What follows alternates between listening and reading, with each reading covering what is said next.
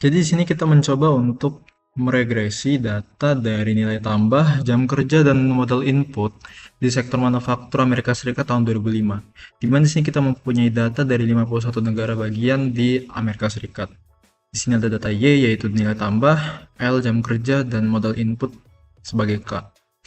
Nah, sebelumnya di sini kita akan mencoba untuk membentuk hipotesis terlebih dahulu. Jadi untuk variabel K, kita ingin melihat apakah variabel K ini berpengaruh positif terhadap Y. Maka untuk H0-nya yaitu beta 1 kurang dari sama dengan 0, di mana variabel K di sini tidak berpengaruh atau berpengaruh negatif terhadap Y. Lalu H alternatifnya adalah beta 1 lebih dari 0, yaitu variabel K berpengaruh positif terhadap Y. Ini yang kita harapkan untuk dapat ketika kita hitung nanti. Nah, dengan taraf signifikansi sebesar 0,05, maka jika T hitung lebih besar daripada T tabel, maka H0 itu ditolak. Yang mana artinya K itu berpengaruh positif signifikan dan berlaku sebaliknya. Kemudian selanjutnya adalah pembentukan hipotesis variabel L, di mana kita ingin melihat apakah variabel L ini berpengaruh positif terhadap Y. Maka H0 beta 2 kurang dari sama dengan 0, yang artinya variabel L tidak berpengaruh atau berpengaruh negatif terhadap Y. Kemudian H alternatifnya yaitu beta 2 lebih dari 0, yaitu variabel L berpengaruh positif terhadap Y.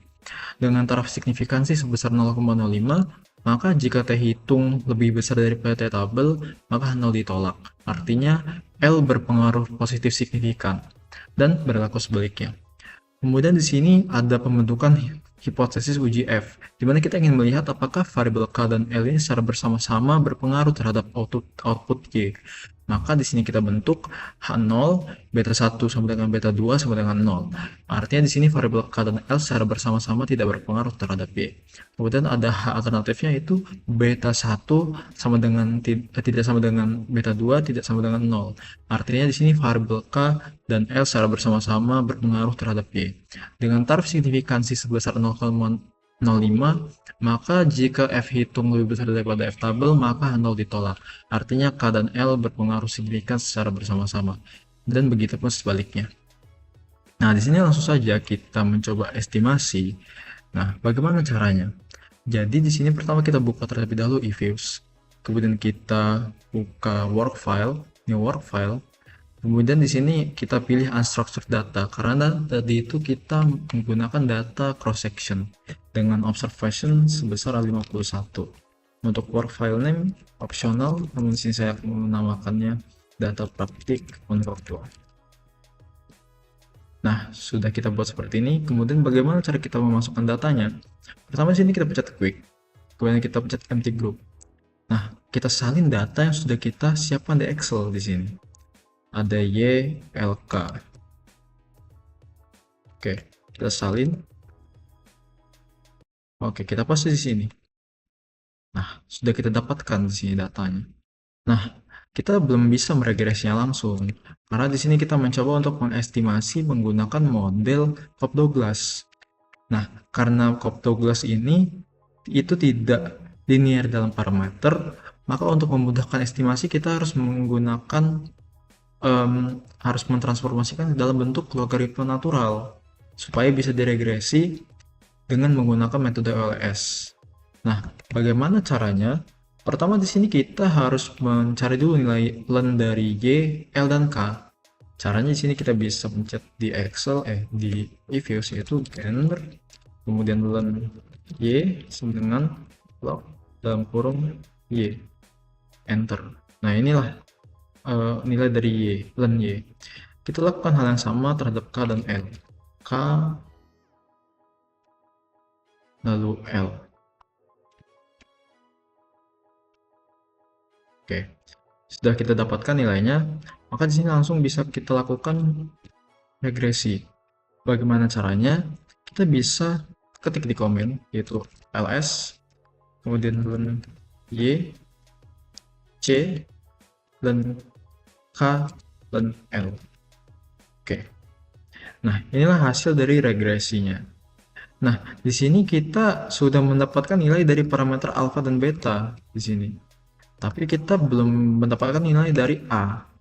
Karena di sini nilai A ini bukan nilai len, namun harus nilai A biasa, seperti itu kurang lebihnya. Nah, jadi untuk kita mendapatkan nilai A yang asli, kita harus mentransformasi kembali fungsi ke dalam bentuk logaritma. Maaf, ke bentuk semula, yaitu dengan cara kita mengantilenkan fungsi tersebut.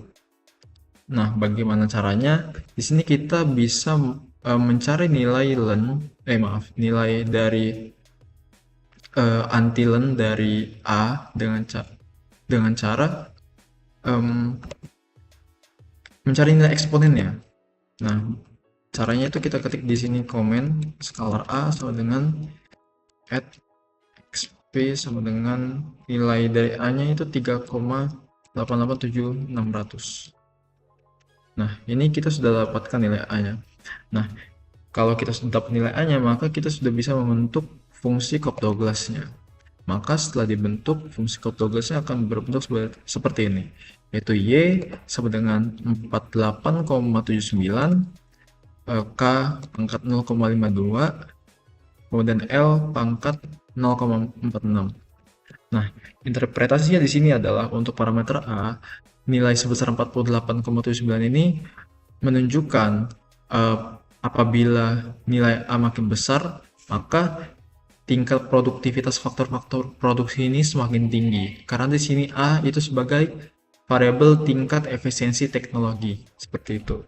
Kemudian untuk nilai elastisitas modal, di sini kita mendapatkan koefisien sebesar 0,52, yang mana artinya di sini apabila input modal itu meningkat sebesar 1%, maka output akan meningkat sebesar 0,52 dengan asumsi ceteris paribus.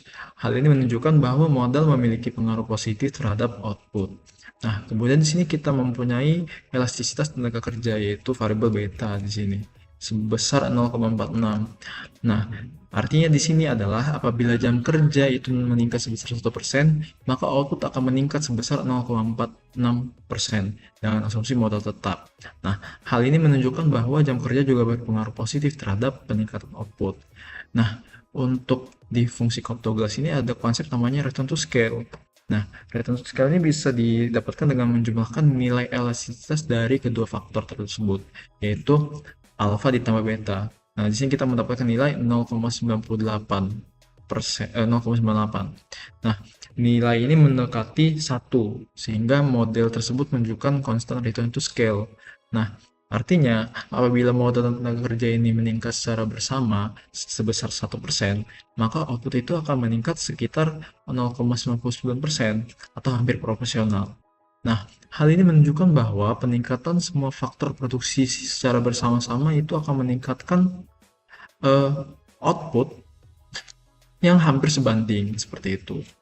Nah, di sini kita juga mempunyai nilai dari R-square di sini, di mana berdasarkan nilai hasil estimasi diperoleh nilai dari R-square sebesar 0,964. Hal ini menunjukkan bahwa sekitar 96,42% variasi output Y itu dapat dijelaskan oleh K dan L yang terdapat dalam model. Sementara itu sekitar 3,58% sisanya itu dijelaskan oleh faktor lain di luar model. Nah, nilai ini sudah sangat tinggi sehingga model ini sudah sangat baik menjelaskan hubungan antara variabel independen dan dependen. Nah, untuk di sini ada adjusted R-square, bisa kita lihat di sini nilainya sebesar 0,962. Nah, di sini setelah kita memperhitungkan jumlah variabel independen dalam model, sekitar 96,27 variasi output masih dapat dijelaskan oleh variabel modal dan tenaga kerja di sini.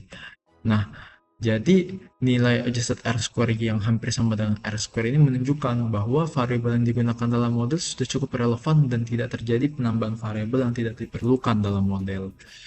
Nah, di sini kita mau melihat uji hipotesis dari tiap variabelnya.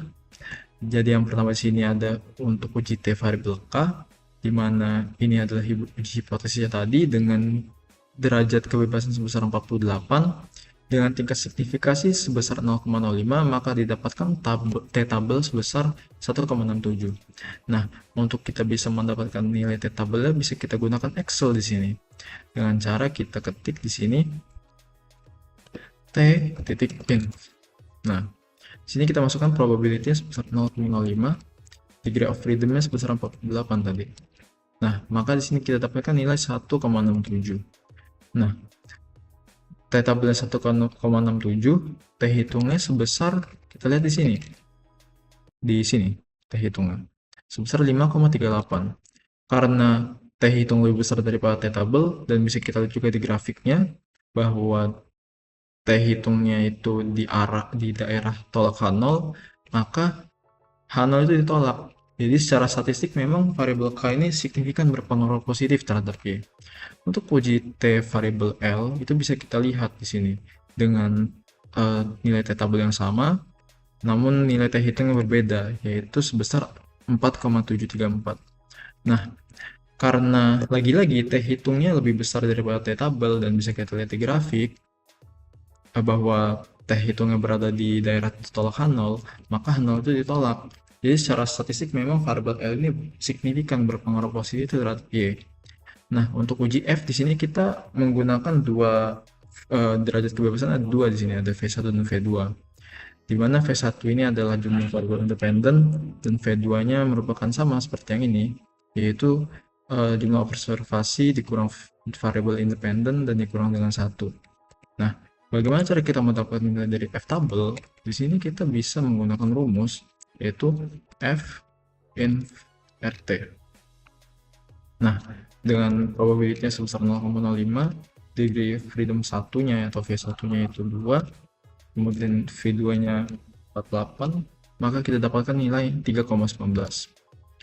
Nah, di sini kalau kita lihat F hitungnya itu ada di sini, dia sebesar 645,93, yang artinya itu lebih besar, F hitung lebih besar daripada F tabel, yang mana artinya secara statistik variabel K dan L ini berpengaruh signifikan terhadap Y.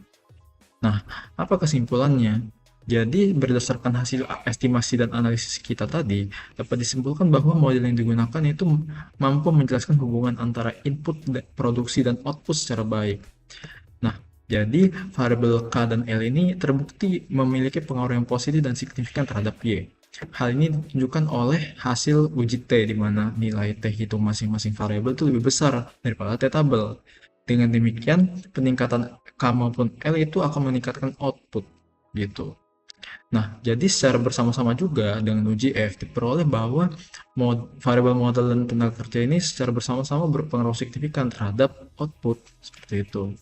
Nah, untuk nilai R-square sebesar 0,964 dan nilai adjusted R-square yang hampir sama, itu juga menunjukkan bahwa model yang digunakan itu sudah tepat dan efisien dalam menjelaskan hubungan antar variabel.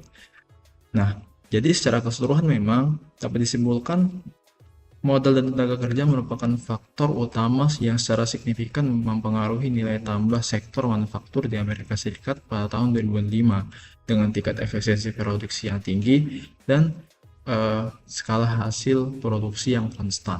Seperti itu. Kemudian materi selanjutnya akan dijelaskan oleh rekan saya. Terima kasih. Baik, selanjutnya di sini kita akan mencoba meregresi data yang telah disediakan, yaitu data dari penjualan di restoran Woody. Ini, kemudian jumlah pesaing pasar langsung dalam radius 2 mil dari lokasi Woody.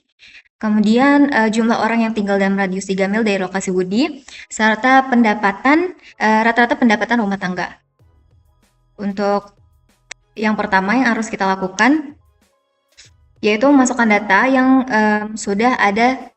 masukkan data ini yang sudah ada ke dalam EViews. Caranya kita yang pertama buka EViews-nya, kemudian karena kita mau buat file baru, lalu kita klik create a new.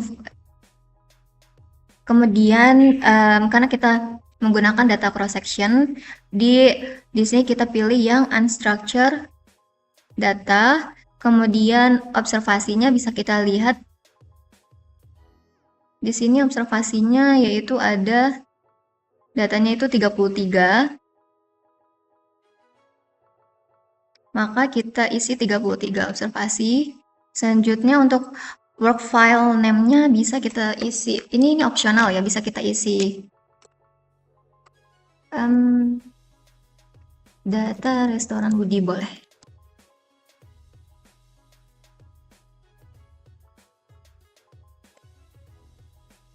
kita klik OK. Nah, di sini udah muncul profilnya, kemudian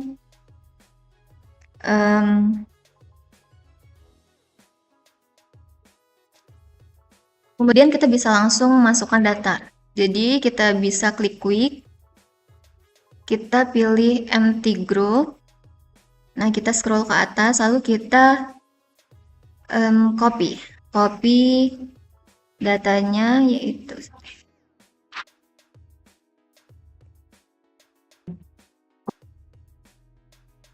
kita copy, lalu kita ke eViews lagi, di pojok kiri atas kita paste.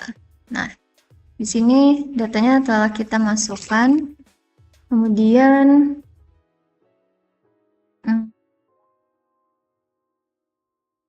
selanjutnya itu kita ingin mengestimasi data, meregresi datanya, yaitu caranya kayak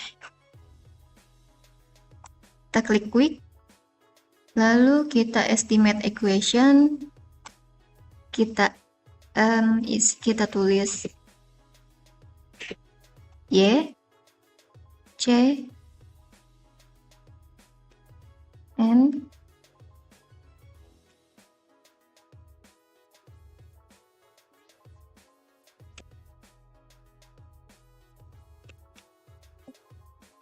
Y, C, N, P, I.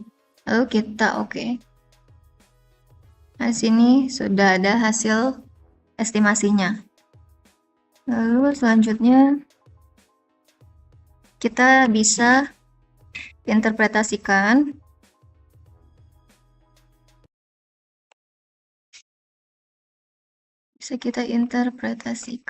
Nah, ini sudah ada hasil estimasi dari eViews. Nah, di sini kita bisa lihat hasil estimasi yang kemudian diperoleh model Y sama dengan 102.192,4 min 9.074,674 N plus 0,354668 P plus 1,287923 I, yang dimana sudah diberitahu di awal bahwa Y ini penjualan di restoran Woody, N kompetisi atau jumlah pesaing pasar langsung dalam radius 2 mil dari lokasi Woody, P populasi yaitu jumlah orang yang tinggal dalam radius 3 mil dari lokasi Woody, serta I ini pendapatan atau rata-rata pendapatan rumah tangga dari populasi yang diukur dalam variabel. Selanjutnya interpretasi hasil, kita yang pertama ke interpretasi variabel N, yang dimana berdasarkan hasil estimasi variabel jumlah pesaing ini memiliki koefisien sebesar min 9.074,674, yang dimana nilai ini menunjukkan bahwa setiap peningkatan 1 unit pesaing dalam radius 2 mil dari lokasi usaha akan menyebabkan penurunan penjualan sebesar 9.074,674 dengan asumsi variabel lain tetap atau ceteris paribus. Koefisien yang bernilai negatif ini mengindikasikan bahwa semakin banyak pesaing yang beroperasi di sekitar lokasi, maka tingkat penjualan cenderung menurun akibat meningkatnya pesaing pasar. Selanjutnya yaitu interpretasi variabel P, yang dimana variabel P ini, variabel populasi ini memiliki koefisien sebesar 0,354668, yang berarti bahwa setiap peningkatan jumlah populasi sebanyak 1 orang dalam radius 3 mil akan meningkatkan penjualan sebesar 0,354668 dengan asumsi variabel lain konstan. Koefisien positif ini menunjukkan bahwa semakin besar penjualan penduduk di sekitar lokasi usaha, maka potensi permintaan terhadap produk juga meningkat, sehingga berdampak pada kenaikan penjualan. Selanjutnya yaitu untuk interpretasi variabel I, variabel pendapatan ini memiliki koefisien sebesar 1,287923, yang menunjukkan bahwa setiap peningkatan 1 unit rata-rata pendapatan masyarakat akan meningkatkan penjualan sebesar 1,287923 dengan asumsi variabel lain tetap.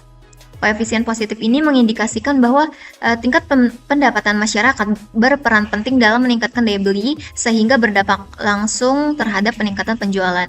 Selanjutnya yaitu interpretasi koefisien determinasi atau R kuadrat atau R square. Nilai R square ini yang diperoleh sebesar 0,618154 menunjukkan bahwa Sekitar 61,82% variasi dalam penjualan dapat dijelaskan oleh variabel jumlah pesaing, populasi, dan pendapatan yang digunakan dalam model. Sementara itu, sisanya sebesar 38,18% dijelaskan oleh faktor lain di luar model yang tidak dimasukkan dalam penelitian ini.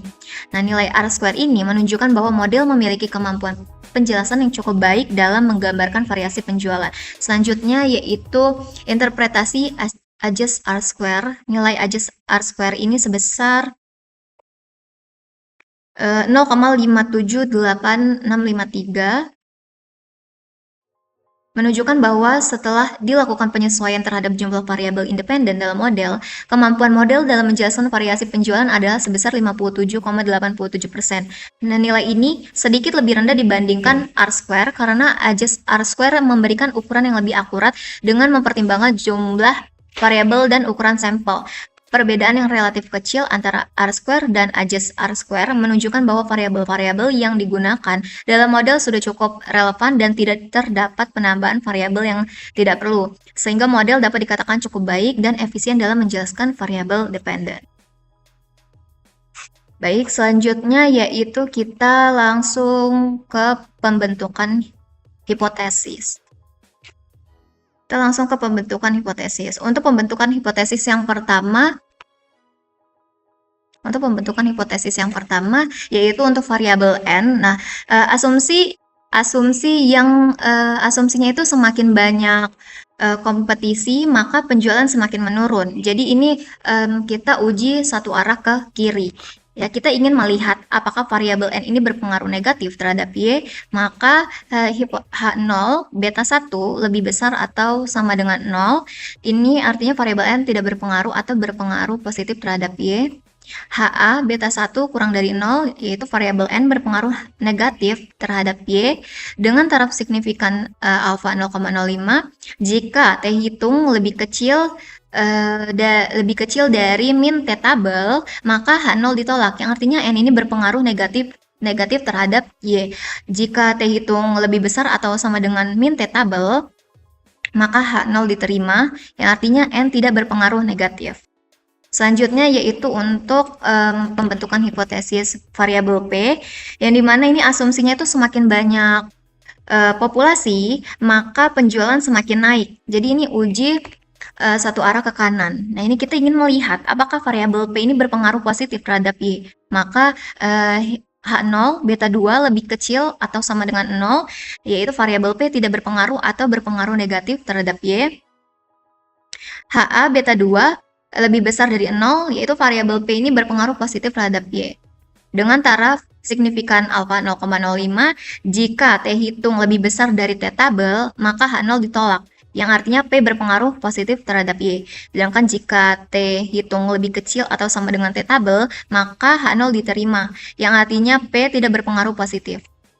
Selanjutnya yaitu untuk pembentukan hipotesis variabel I, yang dimana asumsinya itu untuk pendapatan itu tidak dapat diketahui persis jika pendapatan naik, mereka itu akan makan di restoran Woody. Maka ini menggunakan uji dua arah. Ya, kita ingin melihat apakah variabel ini berpengaruh terhadap Y. Maka H0 beta 3 sama dengan 0, yaitu variabel I tidak berpengaruh terhadap Y. HA beta 3 tidak sama dengan 0, yaitu variabel I berpengaruh terhadap Y. Dengan taraf signifikan alfa 0,05, jika T hitung lebih besar dari T tabel, maka H0-nya ditolak, yang artinya ini berpengaruh signifikan terhadap Y. Sedangkan jika T hitungnya lebih kecil atau sama dengan T tabel, maka H0 diterima, yang artinya I tidak berpengaruh signifikan terhadap Y. Selanjutnya yaitu untuk pembentukan hipotesis uji F-nya. Untuk pembentukan hipotesis uji F, kita ingin melihat nih apakah variabel N, P, dan I ini secara bersama-sama berpengaruh terhadap output atau Y, maka H0 beta 1 sama dengan beta 2 sama dengan beta 3 sama dengan 0, yaitu variabel N, P, dan I ini secara bersama-sama tidak berpengaruh terhadap Y.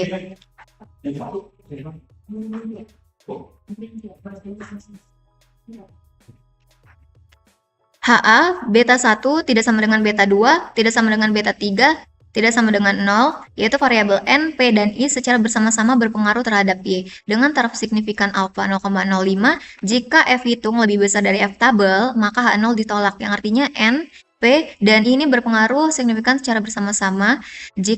Sedangkan jika F hitung lebih kecil atau sama dengan F tabel, maka H0 diterima. Yang artinya N, P, dan I ini tidak berpengaruh secara bersama-sama. Selanjutnya, kita bisa langsung ke hasil pengujian hipotesis. Nah, dari data tadi kita akan menghitung atau menguji hipotesis yang dimana untuk uji yang pertama uji T variabel N-nya. Untuk hipotesisnya udah kita bentuk di sebelumnya di pembentukan hipotesis. Jadi untuk yang pertama uji T variabel N, H0 beta 1 lebih besar atau sama dengan 0, HA-nya beta 1 lebih kecil dari 0. DF-nya, untuk DF ini rumusnya itu N min K min 1N ini jumlah observasi, K ini merupakan K ini jumlah variabel independen, kemudian 1 ini konstanta. Jadi untuk DF-nya yaitu N 33 min K-nya itu variabel independennya kita 3, ada N, P, dan I, kemudian konstanta 1. Jadi 33 min 3 min 1 sama dengan 29. Dengan taraf signifikansi alfa sebesar 0,05 maka T-tabel. Nah, untuk T-tabelnya kita bisa cari langsung di Excel, teman-teman. Caranya seperti ini. Untuk mencari T-tabel, karena ini merupakan uji satu arah ke kiri, maka kita bisa cari di Excel seperti ini. Untuk T-tabel kita cari T-in, karena satu arah jadi kita pilih yang ini. Kemudian probability-nya kita pakai 0,05. Kemudian DF-nya sudah kita dapat tadi, DF-nya yaitu 29. Lalu, nah ini sudah kita dapat T-tabel yaitu min 1,699. Maaf. Min 1,699.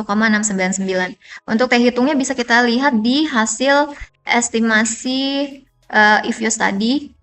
Untuk T hitung variabel N yaitu min 4,21. Min 4,21. Oke, jadi kita bisa lihat ini gambar atau grafiknya, teman-teman. Kalau misalnya T-tabelnya di sini sudah digambarkan. Ini untuk T-tabelnya di min 1,699, untuk T hitungnya min 4,421. Jadi dia lebih ke kiri, jadi masuk ke daerah tolak H0. Karena T hitungnya itu lebih kecil dari min T-tabel, maka H0 ditolak sesuai dengan penjelasan pembentukan hipotesis sebelumnya. Jika T hitung lebih kecil dari min T-tabel, maka H0 ditolak. Jadi, secara statistik, variabel N ini signifikan berpengaruh negatif terhadap Y.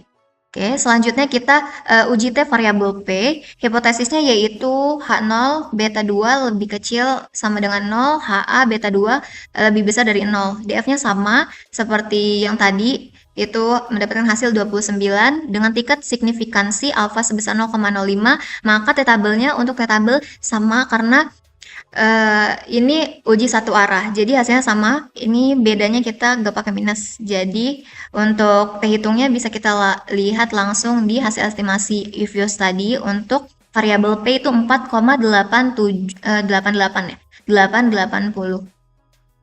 4,88. Nah, di sini bisa kita lihat ini gambarnya bahwa untuk T-tabelnya tuh ada di sini, teman-teman ya. T-tabelnya ada di sini 1,699. Nah, untuk T hitungnya dia lebih ke kanan, jadi dia masuk ke tolak H0 gitu, daerah tolak H0. Kita bisa lihat juga di pembentukan hipotesis sebelumnya untuk variabel P, bahwa jika T hitung lebih besar dari T-tabel maka H0 ditolak. Di sini kita bisa lihat hasilnya itu T hitung lebih besar dari T-tabel, maka H0-nya ditolak. Jadi secara statistik, variabel P ini signifikan berpengaruh positif terhadap Y. Selanjutnya yaitu untuk uji T variabel I, yaitu hipotesisnya H0 beta 3 sama dengan 0, HA beta 3 tidak sama dengan 0. Untuk DF-nya kita sama di 29 dengan tingkat signifikansi alfa sebesar 0,05, maka T-tabelnya. Nah, untuk T-tabelnya ini untuk variabel I itu berbeda sama yang sebelumnya karena dia menggunakan uji dua arah. Jadi kita bisa cari lagi di Excel caranya, yaitu T-in, tapi dia pilih yang two-tail ya. Sama seperti tadi, probability-nya 0,05, kemudian def-nya 29. Nah, ini untuk T-tabel variabel I 2,045. 2,045. Untuk T-hitungnya kita bisa lihat di hasil estimasi if-use. Untuk variabel I, T-hitungnya 2,371. 2,371. Nah, di sini bisa kita lihat gambarnya. Karena dia uji dua arah, ini untuk T-tabelnya ada di kanan dan sisi kiri. Dan untuk T-hitungnya sebesar 2,371, dia lebih ke kanan, lebih besar dari T-tabelnya, maka dia masuk ke daerah tolak H0. Jadi secara statistik, variabel I signifikan berpengaruh terhadap Y. Selanjutnya yaitu uji F. Hipotesisnya yaitu H0 beta 1 sama dengan beta 2 sama dengan beta 3 sama dengan 0. H-nya tuh beta 1 tidak sama dengan beta 2, tidak sama dengan beta 3, tidak sama dengan 0. DF-nya untuk uji F, DF-nya itu ada dua, ada V1 dan V2. Untuk V1-nya itu dia K atau jumlah variabel independen, itu ada 3. Untuk V2-nya sama seperti DF yang dari sebelumnya, yaitu N min K min 1. Jadi hasilnya 29. Dengan taraf signifikansi alfa sebesar 0,05, maka F-tabel ini kita bisa cari juga di if-use, karena F-tabel beda dari yang sebelumnya ya. Jadi cara carinya itu kita cari F yang ini, F in RT. Kemudian probability-nya 0,05. DF1-nya tadi 3, DF2-nya 29. DF1-nya 3, DF2-nya 29. Untuk F-tabelnya 2,9. Untuk F-tabelnya 2,934. Oke, untuk F-hitung kita bisa lihat di hasil estimasi if-use. F-hitung ini di F statistik yaitu 15,649.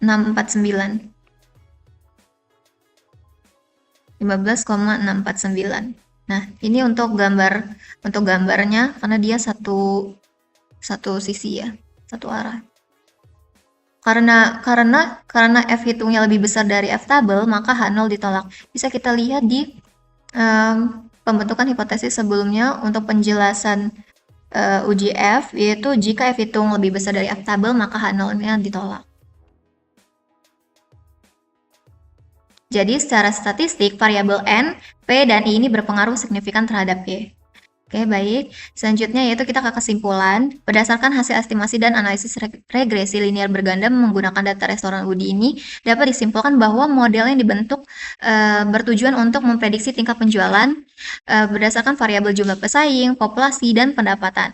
Model yang diperoleh yaitu Y sama dengan 102.192,4 min 9.074,674 N plus 0,35468 P dan plus 1,287923 I. Model ini menunjukkan bahwa peningkatan penjualan dipengaruhi oleh jumlah pesaing, populasi, dan pendapatan. nilai konstanta sebesar 102.192,4 mengindikasikan tingkat penjualan ketika semua variabel independen bernilai 0. Hasil uji T menunjukkan bahwa seluruh variabel independen berpengaruh signifikan terhadap penjualan. Variabel jumlah pesaing memiliki koefisien negatif sebesar min 9074,674 yang berarti setiap penambahan satu pesaing akan menurunkan penjualan sebesar 9074,674 dengan asumsi variabel lain konstan. Variabel populasi memiliki koefisien positif sebesar 0,354668 yang menunjukkan bahwa peningkatan jumlah populasi akan meningkatkan penjualan. Demikian pula, variabel pendapatan memiliki koefisien positif sebesar 1,287923 yang berarti semakin tinggi pendapatan masyarakat, maka semakin tinggi pula tingkat penjualan. Nah, untuk secara bersama-sama hasil uji F-nya menunjukkan bahwa variabel jumlah pesaing, populasi, dan pendapatan secara bersama-sama berpengaruh signifikan terhadap penjualan. Hal ini ditunjukkan oleh nilai F statistiknya tadi sebesar 15,64894 yang lebih besar dari F tabelnya, kurang lebih 2,93, serta nilai probabilitas yang sangat kecil 0,000003, sehingga hipotesis 0 ditolak. Dengan demikian, model regresi yang digunakan dinyatakan layak untuk menjelaskan hubungan antar variabel. Untuk nilai koefisien determinasi atau R-square sebesar 0,618154 menunjukkan bahwa sekitar 61,8% variasi dalam tingkat penjualan dapat dijelaskan oleh variabel jumlah pesaing, populasi, dan pendapatan, sedangkan sisanya dipengaruhi oleh faktor lain di luar model. Dalam konteks pengambilan keputusan, model ini dapat digunakan sebagai alat prediksi untuk menentukan lokasi usaha yang paling potensial dengan memasukkan nilai jumlah pesaing, populasi, dan pendapatan dari suatu lokasi dapat diperoleh estimasi tingkat penjualan. Nah, lokasi dengan nilai prediksi penjualan tertinggi dapat dipertimbangkan sebagai lokasi terbaik untuk membuka cabang restoran baru. Nah, dengan demikian dapat disimpulkan bahwa faktor persaingan, jumlah penduduk, dan tingkat pendapatan merupakan determinan penting dalam menentukan keberhasilan penjualan restoran Woody, serta dapat dijadikan dasar dalam pengambilan keputusan strategis perusahaan. Sekian penjelasan dari saya. Terima kasih.